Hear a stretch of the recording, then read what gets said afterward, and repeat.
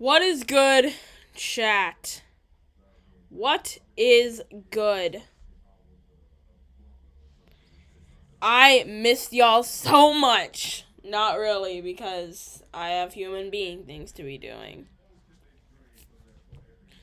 So what's good, chat? I completely missed y'all. Y'all see that we have a brand new transition. I'm currently deafened because Orpal is in the call, and I do not want him getting in the way.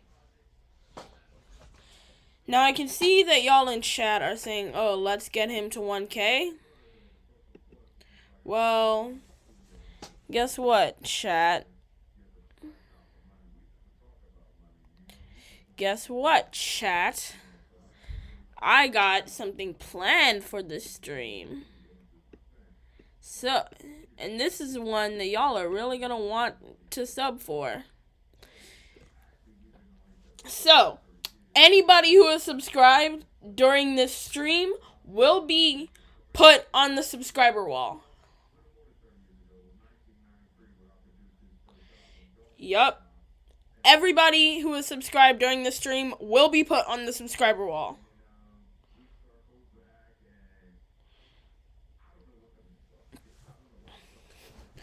So if you're a new viewer and you want to be on my subscriber wall, meaning the wall in my bedroom, which is where I'm at right now, you will be put on the subscriber wall.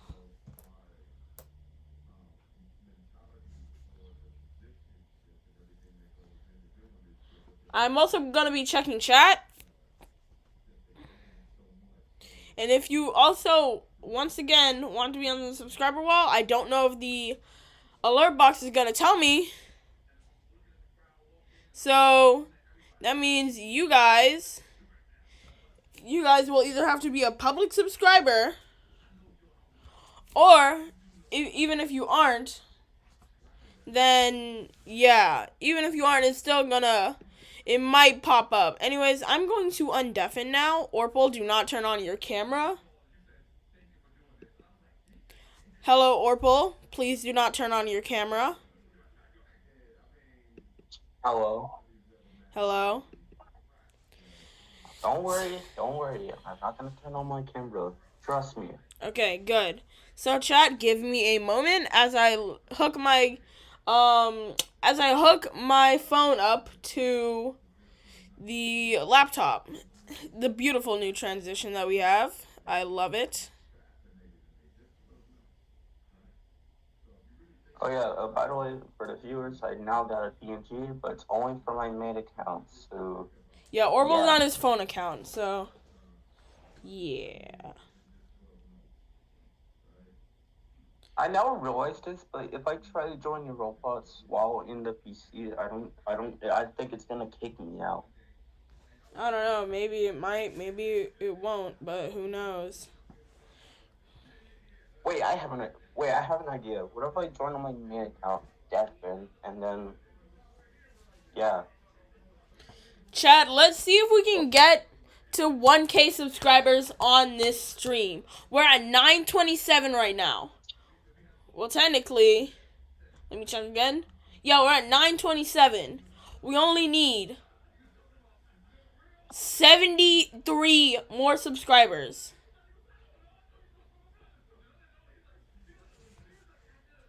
Okay, shoot. I don't know how to sugarcoat this.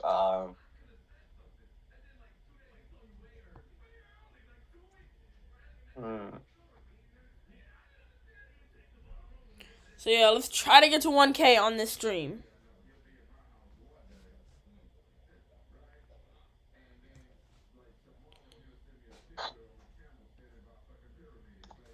Hello, 16. Right. Welcome to the stream. Wait, 16's in the chat? Oh, hey, 16.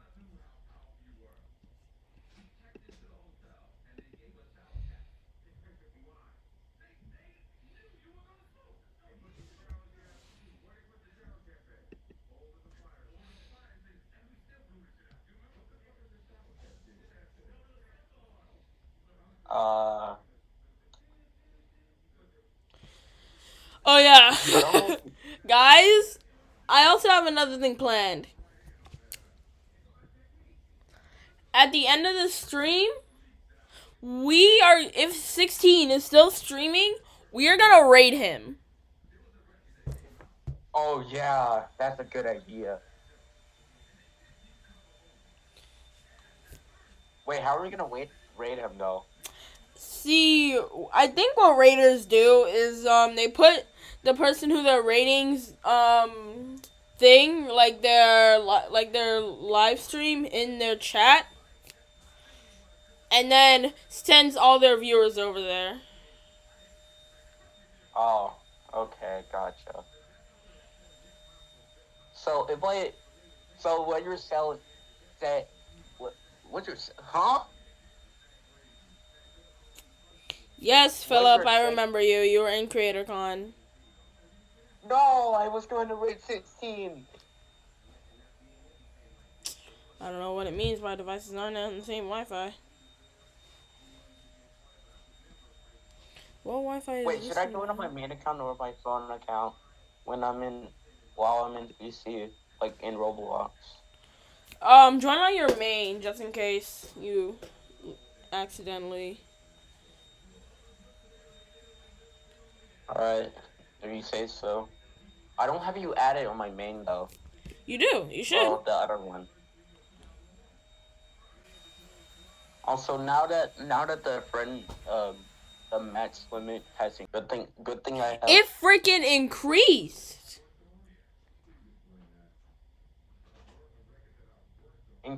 What increase? The friend limit. That's literally what I just said earlier. I'm lagging apparently? Question mark? Oh, my PC.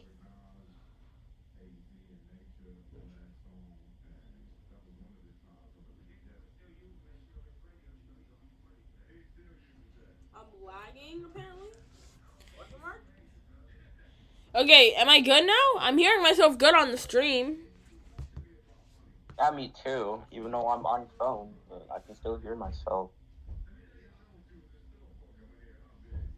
So I'm good. Right? Yeah, I think so. Am I good now? Also, I've added you on yet another account. I don't even know how many accounts I've used in the past, bro. Okay, thank you, Philip, for actually helping me out here. Even though you're not even in the stream, so. I thought Philip was going to say, like, you're good, like from SpongeBob. Oh, okay. That answers my question. Well, it wasn't. You know what I mean. Let's see.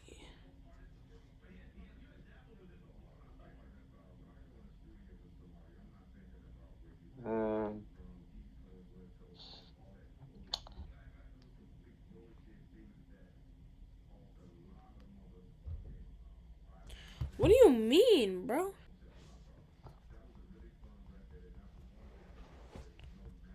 So, for the record, have you played this game before? I have played it a little bit before. But I haven't played it a lot. I only played it a little bit. Oh, I've never played these before. I've never played this game before. So, in fact, you have not played these games before. Yeah, I have not. So, I am excited to see the outcome of this. Oh my god, let me try to get out of that. Party and casual. I don't see what's casual about us running on a conveyor belt while trying to avoid random objects. Currently. How do you not know how do you not know anything about the game yet you know a little bit about the game? That makes no sense. I didn't say I know a little bit about the game. I just You were just saying literally what the game was. Yes, because I was reading the description.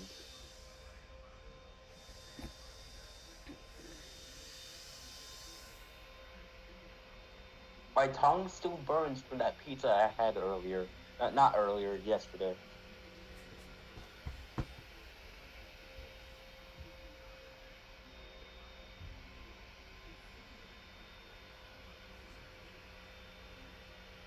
I'm gonna continue checking chat while also waiting for you to not only friend me on my other account, but also get into it.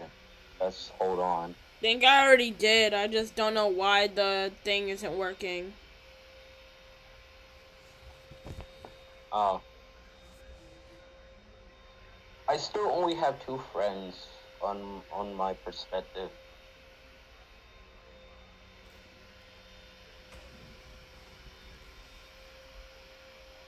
If you see the person, if you see like the one that has a painting around his head, then that's me. All right.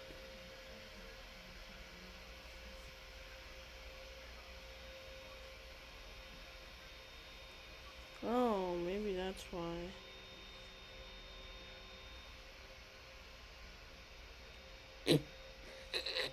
I might have just found the problem. What? What is it? It wasn't access to the local network. That's crazy, bro. Bruh.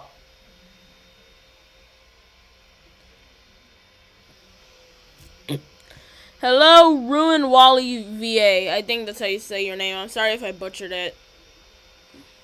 Oh my god, can it stop lagging? Alright, I'm just gonna call him Wally. No, not Wall-E, like the movie, but like Wall-E.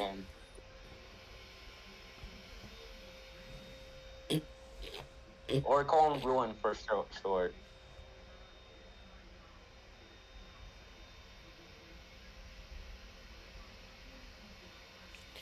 I need this to stop lagging. Wait, what? The Streamlabs or the game itself?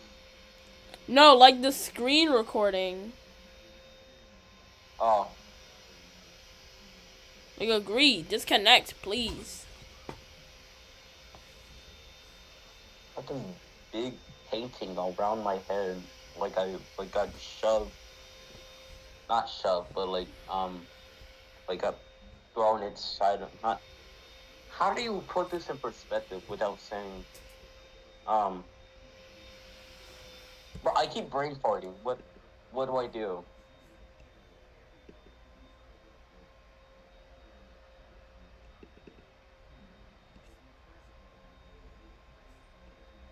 Oh my god.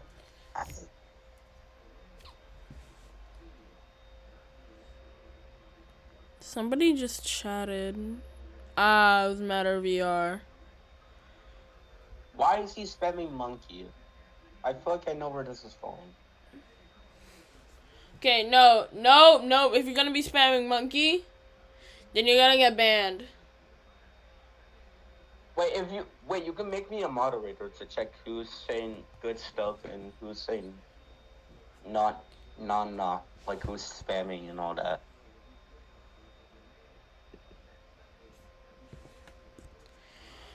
Not right now because I'm trying to get this set, but I can't get it set because it's hard.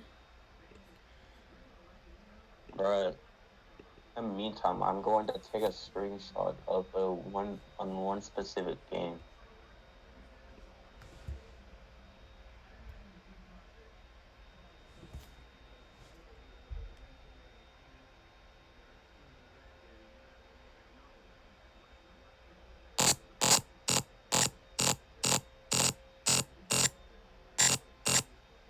Hello? Alright, check general in the chat. No, like hello?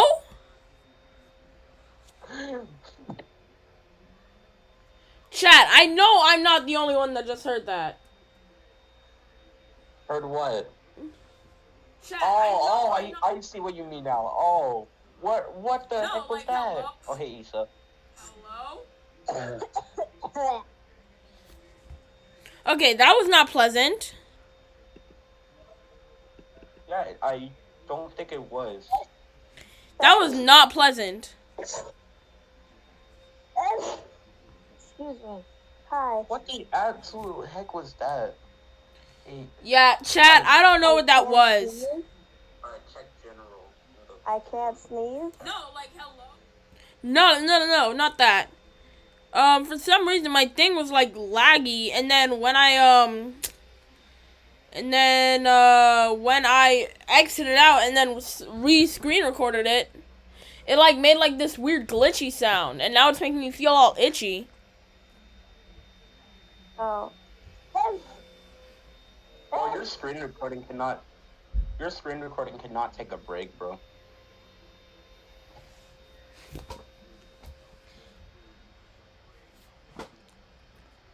Chad, we might need to take a break from that. I think something just happened. Alright, what if... I'll try Or screen maybe, I recording, don't but know. if Let me try something. Let me try to pull a little bit of more strings. I thought you said more strings.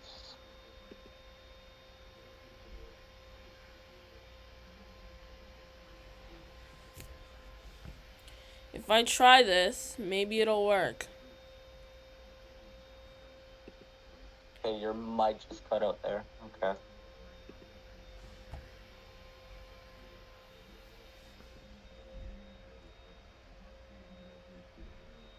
So, while KJ is doing the chat, how was your day? Y'all, I'm sorry in the first 22 seconds. Y'all have to deal with me just scrambling just to get the stream up and running.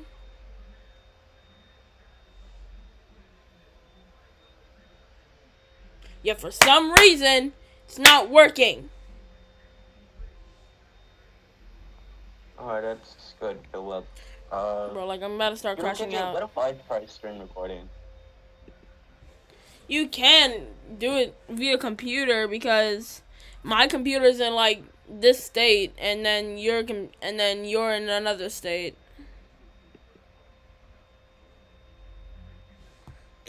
Yeah. So I'm going to try like screen recording the stream because I don't feel like It should work, and I don't know if it doesn't. I don't know. What does it mean? What does it mean devices aren't on the same Wi-Fi? Well, I don't know what to tell you, dude. That's the thing.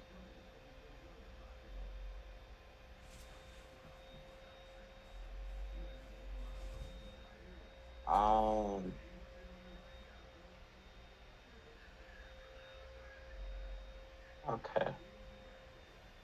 This should... I don't know if this should work, but... I'll try starting recording, and then, yeah. Okay, it's recording for me. Oh my god, this is lagging like crazy. My only best bet is to play on my iPad. Like, chat, if that's what my best bet is, y'all might have to deal with that. Y'all might have to deal with iPad gameplay. Well, it's recording from me, so, Y'all might have to deal with iPad gameplay, chat. I'm sorry. I've never done iPad gameplay for a stream. You never done iPad gameplay before? Oh, yeah, besides Oxenfree and stuff, then no. Okay. Oh, Philip asked if he can play with us. Sure, I guess. Why not?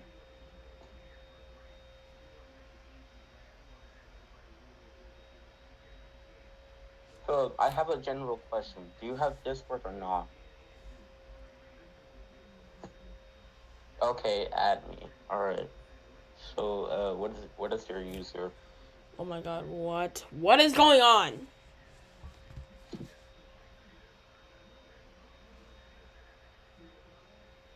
Okay, he does have Discord. Gotcha.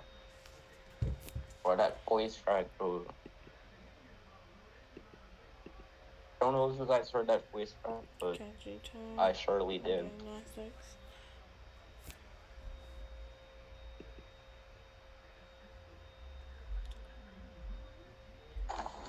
You guys are literal children. 16, please not try to say inappropriate stuff. No, he said we are children and just left. Still.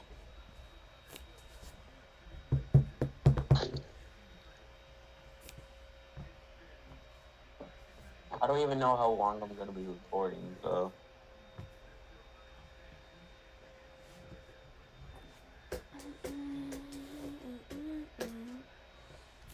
Chat, I don't know.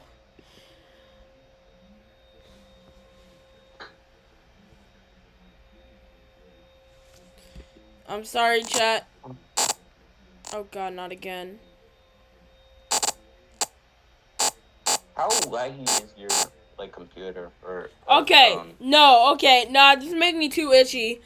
We have to do something else. Okay. But Gamma Panther, I see you in the chat. I know what you're trying to do. But we're not even recording. Well, I am, but still. We might have to do something else. So better bet Yeah, but we can just do reaction videos. oh yeah, I'm pretty sure we have done that before. Well, for the Creator Con, we have, but Yeah, we have, but yeah. did you add me yet? No, not yet. I still need to figure out what your user is, Philip.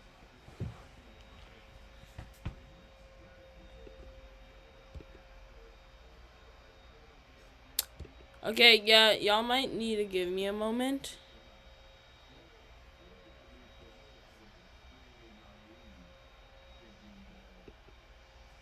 I said it. Oh, okay. My fault. I don't know if I heard you though.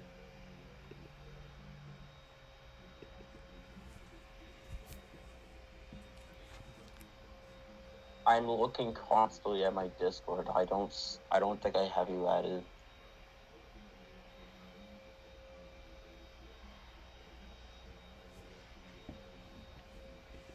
Hold on, let me go back into the chat. Oh shoot, the timer's back on. Never mind. Anyways, we're back here. We have this. We will be watching Film Theory's Squid Game video. Alright. And what's next after? Are we going to like watch some unusual memes right after that, or? I have no idea. I don't plan to. Okay. Well.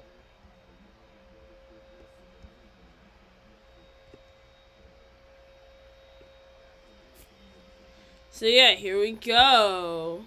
Where is it? It is right here. Orbo, do you see it? Yeah, I see it. Here by being smarter Does about the your chat money. see though?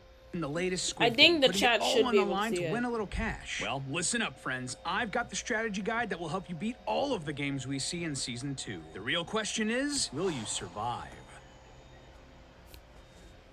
Mild spoilers for the games in Yup. Season 2, and I apologize for the Korean name. Remember, there are mild Hello, spoilers Internets. if you Welcome to haven't Film seen Theory, the show that Squid wants Game to play Season a little 2. game. If you can't scroll down and hit subscribe in 5 seconds, I win.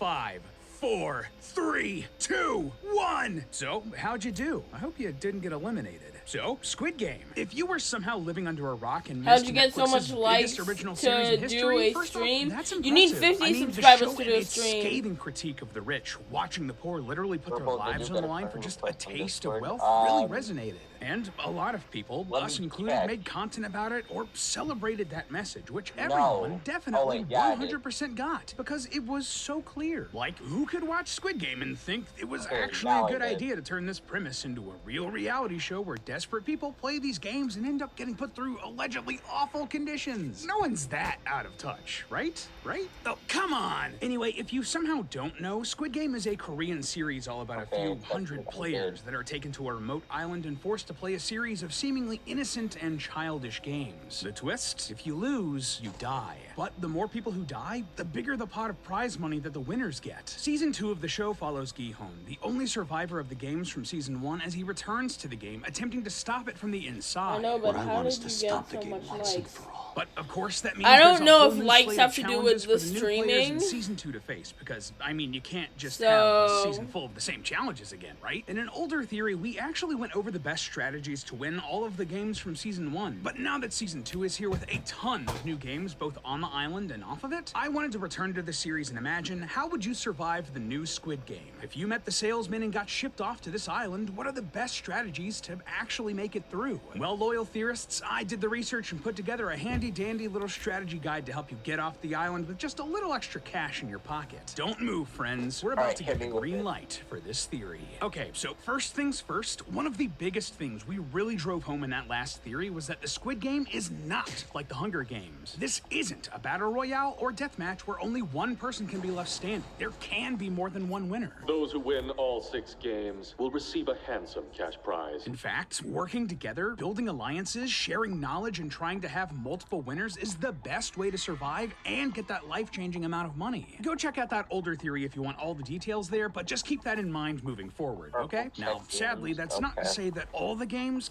can't have losers. For example, the first game we see in the series is actually on the mainland, played between 2 prisoners. The pair are forced to play a variant of rock, paper, scissors called rock, paper, scissors -1. This where was they my throw out both favorite hands and then game. take one hand away for the final result. Two-handed rock, paper, scissors. Take one hand back. If the one you keep beats their hand, you win. But there's an added twist. The loser is then forced to play a round of, how can I say this without YouTube getting angry at me?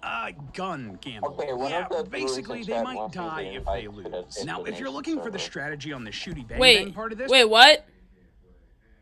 One of the viewers asked me to invite them to the Pizza Nation server. I bet you it's Philip. Yeah, it was Philip who asked me in chat. Alright, that's fair.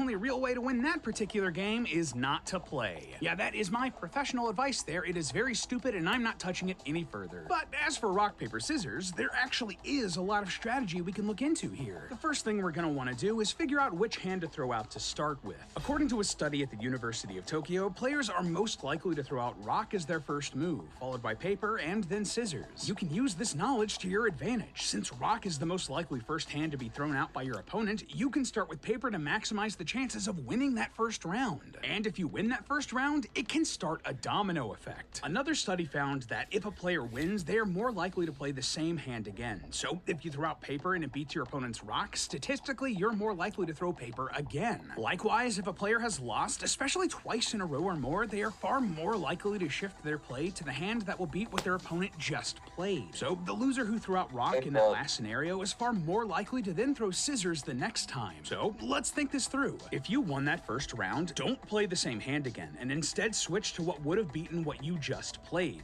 In other words, what your opponent just played. If you threw paper to beat your opponent's rock, they are most likely to throw scissors to next beat paper. So you throw rock and bam, smash their chances of winning. But if you lose that first hand, your opponent is more likely to throw the same thing again. So you should switch to what would beat it. If they threw rock to beat your scissors, it's statistically best to then switch to paper. Okay, I I know don't it's even a know bit what role confusing, this is. but you get it? Got it? Great. I'll think Because of we it. also... Wait, what? I didn't know what role to give Philip, so I just gave him the Giga Chat role. Ah. Okay.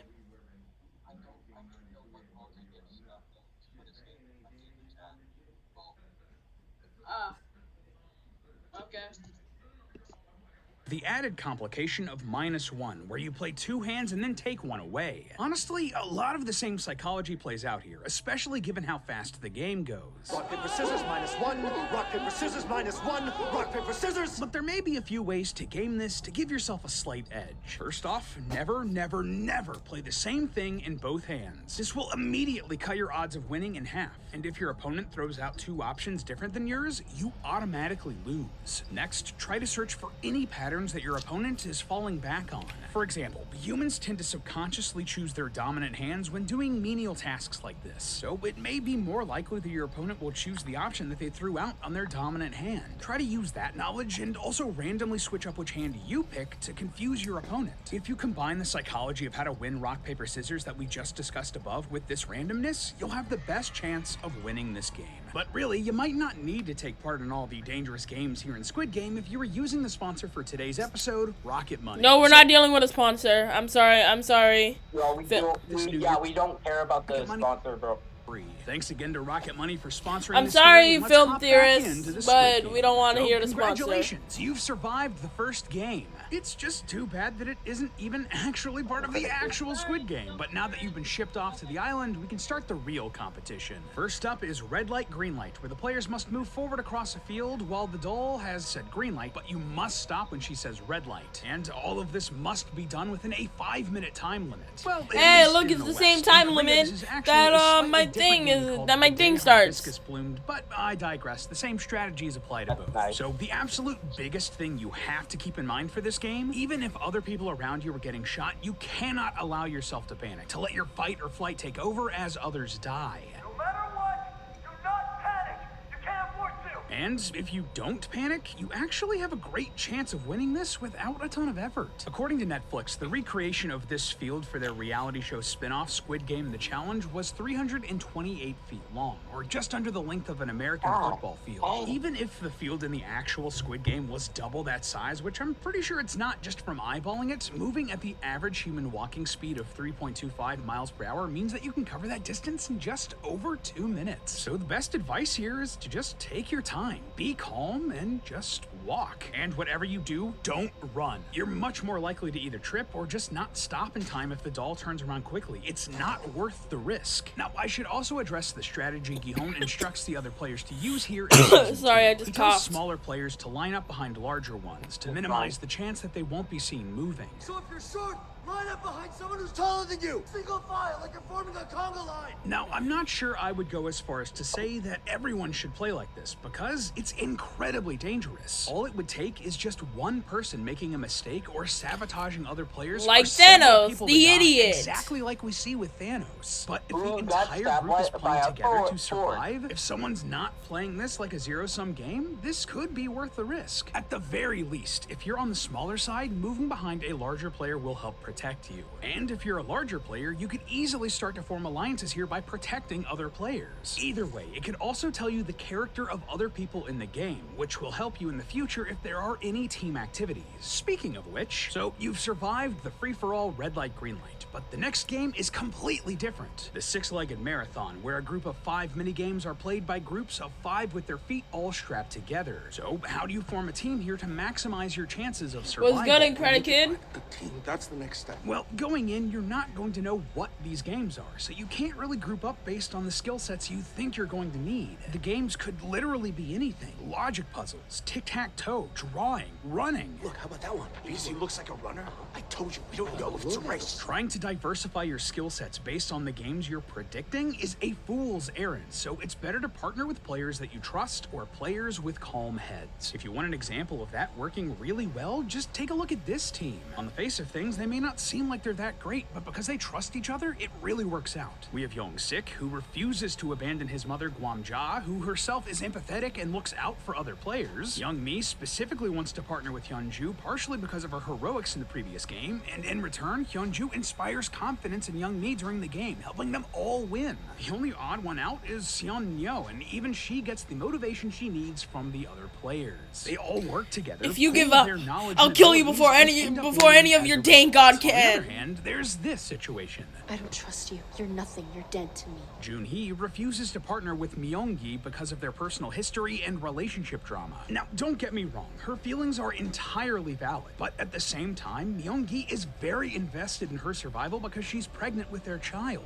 This is a situation where putting those feelings aside might be worth it because he desperately wants you to win. So, okay, you have your team, but before we hop into the games themselves, we need to talk about the marathon between them since you're gonna have your legs strapped to your teammates. How do you best approach this? Well, the players in the show actually figure this out pretty quick, counting their steps out loud. This helps them coordinate so they don't fall over and waste valuable time. Nextly, if you or a teammate fails at a game, don't panic and don't yell. Collect yourself or encourage your teammate, reset the game, and try again. If you need to move forward to collect a piece before you reset, don't bother turning around. It'll be easier and quicker if you just walk backwards, just like we see in the show. And finally, if you're lucky enough to be on a team that goes later on, make sure you watch the other players. Observe what works and what doesn't. Emulate the strategies that succeed and avoid what fails. You have a massive advantage if you're going so late, so use it. Now, let's talk about the individual games here in the Six-Legged Marathon. First up, there's Doc G. You'll recognize this one from Season 1 since it's what the salesman used to recruit people. This game involves two paper squares. One is put on the ground while the player throws the other square onto it, hoping to flip it over. So, how do we go about doing this one? Well, your first instinct might be to throw your square as hard as you can onto the other, but this comes with a bit of a risk. To build up the most momentum, you may end up flicking the square and end up hitting the one on the ground with the edge or corner of your square, since this is the fastest and hardest way to throw it. This is actually how professional card throwers do it and are able to cut things with their cards. But that is not the move for this game. It's going to do little to actually flip it since all of the kinetic energy from your throw is going to be concentrated on just the corner or edge of your square. Instead, what you need to do is focus on trying to slam the face of your square onto the other, towards the center of the paper. This will transfer the maximum amount of kinetic energy over the widest area and focus it downward. Since the square is on the ground, it can't go down, so instead the kinetic energy will rebound, helping to bounce the square. Additionally, since the squares are made of folded paper, there will likely be puffy parts from the folds towards the center of the squares. Even if they're small, this will end up creating itty-bitty pockets of air that you can use to your advantage. Hitting this with a large area will push the air down and out of the square before air rushes back in to fill that space. Doing this with both squares will get you the best rebound of that kinetic energy. We actually see this in the show, though they don't explain why it worked. Wait a minute, Young Mi. Try with it flipped. Use the other side. Young Mi hits the square flat with the side that's folded, giving it enough energy to bounce and flip. Do something similar and you win. Great work. Next up, Flying Stone. Here you have a stone and you just try to throw it at another stone several feet away to knock it over, all without stepping over a line. This is the simplest game in the Six-Legged Pentathlon. To hit a target. Honestly, the game here is super simple, and the trick is just to not overthink things. Take your time to aim, though it works for some players in the show. Avoid overhand or underhand throws.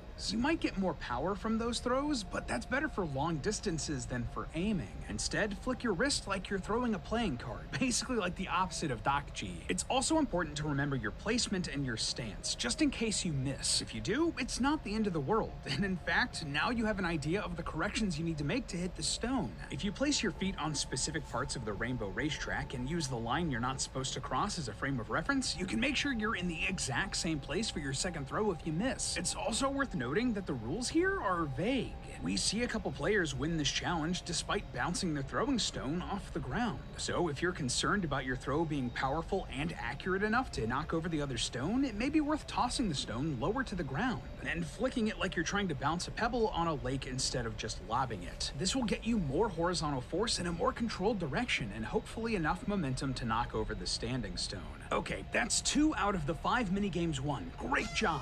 Now we get to Gongi, which is this one is my entire favorite out of the Six-Legged Pentathlon. Bigger and bigger groups as you throw others up into the air. So picking up 1 stone at a time, then 2, 3, then all 4. It's a bit of a complicated game. I'd recommend checking out a tutorial like this one from Miss Vicky if you want to learn the ins and outs. Traditionally, Gongi is considered a game for schoolgirls, but that shouldn't be an assumption you make when choosing who to play this. Instead, choose either the most dexterous person or the person who has the most practice with the game. We see this in the show. It makes no sense to put Junhee on this game just because she's a girl, when Daeho is both dexterous thanks to his background as a Marine and has a lot of experience with the game thanks to growing up with a bunch of sisters. The main thing to make this game easier for yourself is going to be trying to keep the stones as close together as possible, so you don't need to move your hand in a large distance to pick them all up. Notice in Miss Vicky's video here where she goes for the stones closer together when she needs to pick up of groups of 2 stones at a time. Then, when she needs to pick up 4 at a time, she lays them as closely together as possible. That way, she's not trying to zip all around and pick up everything across the whole game board while the stone she threw is up in the air. Finally, if your team is lucky enough to go after a bunch of other teams, there's nothing to say you can't practice while you wait. You should absolutely take this time to pick up small pebbles and play a bunch of practice games, building up your muscle memory for the actual game when the pressure's on. Now that you've beaten Gongi, the rest of the games are actually going to be much easier. Case in point, next up we have Spinning Top. Here you'll have to wrap a string around It's the basically top, launch just it, and then have it land Beyblade. all while spinning. It's basically like Beyblade, Beyblade. Beyblade. That's exactly what I said! Principle of conservation of angular momentum. Basically, when an object is spinning, it will continue to spin on that same axis unless stopped by something else, like friction or gravity. The axis of the top is its tip, so as long as you can get it to land on that point while it's spinning, it will continue to spin and you'll win the game. Just keep calm and keep your hand steady as you wrap up the top. You're also going to want to use your dominant hand when throwing the top to maximize the amount of control you have. We actually see the front man using his right hand, his non-dominant hand, while trying to throw this game and make Gi-hun lose before he switches to his left hand and immediately wins. Also, similar to Flying Stone, this one will be much easier if you release the top lower to the ground. You'll have way more control of whether it'll land on its tip and keep Wait, spinning we got a new rather than sub. just We got a new throwing it sub. wildly We got a new up in sub. the air, giving it a chance to rotate and land on its side. Wait, who? Honestly, this is probably the easiest game by far, and I wasn't a huge fan of it. Katie You could tell that they Gotcha? had manufactured drama Yo, with this game welcome! because it was so simple. Xian Yu is traumatized by seeing blood on the ground and freaking out, and the frontman tries to sabotage Gi-hun's group by intentionally failing. It just seems like it didn't fit with the other games and the skill they required, but I digress. Anyway, this brings us to the back to the final video. game of the 6-legged race, Jeggy. This is basically kind of like hacky sack here in the West. To win this game, you need to bounce a paper Jeggy off your foot 5 times, with your foot touching the ground in between each bounce. Now, most people might think that you should go about hitting a Jeggy or hacky sack with the side of your foot, which does have the potential to launch it much higher into the air. But this also comes with a lot of risk. It makes it much harder to control where the Jeggy is going and might make it more likely that you'll lose your balance and fall down. So instead, hit the Jeggy with the top of your foot. This has a much larger surface area for a potential hit, and by lifting your foot directly up instead of angling it, it's going to be much easier to control where it's going, especially if you just want it to go straight up. The physical movement of this is also much quicker, easier, and conserves your energy. Using this method, hitting the Jeggy 5 times should be a cakewalk. So great job. Give yourself a round of applause because you just survived the 6-legged marathon. But it also means that you've made it to the 3rd and so far final game of Season 2, Mingle. In this game, the platform at the center of a large room will spin, and when it stops, the announcer will call out a number. At this point, all of the players must split off into groups of that many players and enter smaller rooms all along the walls. If you aren't in a room by the end of 30 seconds, or have too many or too few players in your room, you lose. Alright, so this game's a bit tough and might test alliances, but this is where the idea of there being multiple winners, of Squid Game not being a zero-sum game, is really gonna come in clutch. Now, your first thought here might be to have an alliance with enough people that could manage to evenly split between all the numbers that they could call, but that just isn't realistic. In the show, the numbers they call out are 10, 6, 4, 3, and 2. Out of those, the fewest number of players in an alliance you'll need to survive every possible combination is 60, which just frankly isn't going to happen considering the tensions amongst the contestants already. But consider this, that 10 is far and away the outlier of these numbers, and between all of the other numbers called out during the game, the lowest common multiplier is actually just 12 players. Finding an alliance that can work with just 12 is much more achievable, but it's a bit of a moot point because you're not going to know the numbers that are called out before playing the game. So what do? Well, easy. Still work with your alliance. Even if you don't know the numbers going in and just have an alliance of like 9 or 10 people that you trust, like say 2 teams from the 6-legged marathon that like each other, assuming that any number they call out is going to be 12 or fewer, that's going to be very easy to work with. Like sure, not all of them, it's not going to evenly divide amongst any possible number called out, but most of them will. And that really shouldn't be an issue because of the sheer number of people that are going to need to be in a group. You can just grab a straggler or 2 that aren't in another group if you need more people, or loan some of your own people to another team if you have too many. Hell, you might even make some new allies out of this because people are going to be grateful for you and your team for saving their lives. For example, consider this. Let's say you have 10 players in your alliance and the announcer calls out for 6. If you split your team evenly into 2 groups of 5, that means that each group only needs to find 1 additional player to bring in. It's much easier for for a group of 5 to attract 1 extra person with no group in this scenario than it would be for a group of like 2 or 3 to find 3 or 4 extra people. The same goes for if the announcer calls 4 or 3 or 8. Splitting your alliance as evenly as you can will yield the best chance that you'll be able to find enough stragglers to fill your rooms. That makes the a only real lot of challenges here would be sense. larger odd numbers like 7 Oh, or I 9. There will be a see. few stragglers from your alliance that will have to break off. But if they go individually, well, then they're the 1 extra person for another group. And again, it's far more likely that they'll find a room that needs 1 extra person than it would be for a group of 3 or 4 to find a group of 6 or 7. It's all about just breaking the numbers down to as small and evenly split as you can get. And there you have it. Follow that advice and you have the best chances of surviving all of the games we've seen so far in Squid Game Season 2. Though, if you really want the best advice I can give, just don't play. I joked about this at the top of the episode, but Squid Game is a Oh, brutal that's a critique good of the idea. divide between the Don't rich and the play. poor, and how uncontrolled wealth inequality puts the have-nots against one another for the amusement of the haves. You don't have to give in and play that game, and instead you can try to change the system.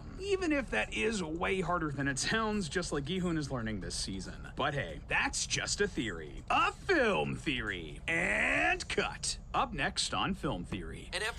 So, chat, was who is actually excited for pretty Squid Game Season 3? You do realize it's just only two of us in here. Yeah, I do. That's why I'm going to end off stream here. We will try again tomorrow if the thing actually works. So, yeah, sorry, chat. We couldn't play Just Hold On today, but I will try again tomorrow. Thank you to Katie Gotcha. Thank you to Katie Gotcha and Philip Tavis. Congrats, you two are going on the subscriber wall, along with 5 other people in my next video. And I will see you guys in the next live stream. Alright, see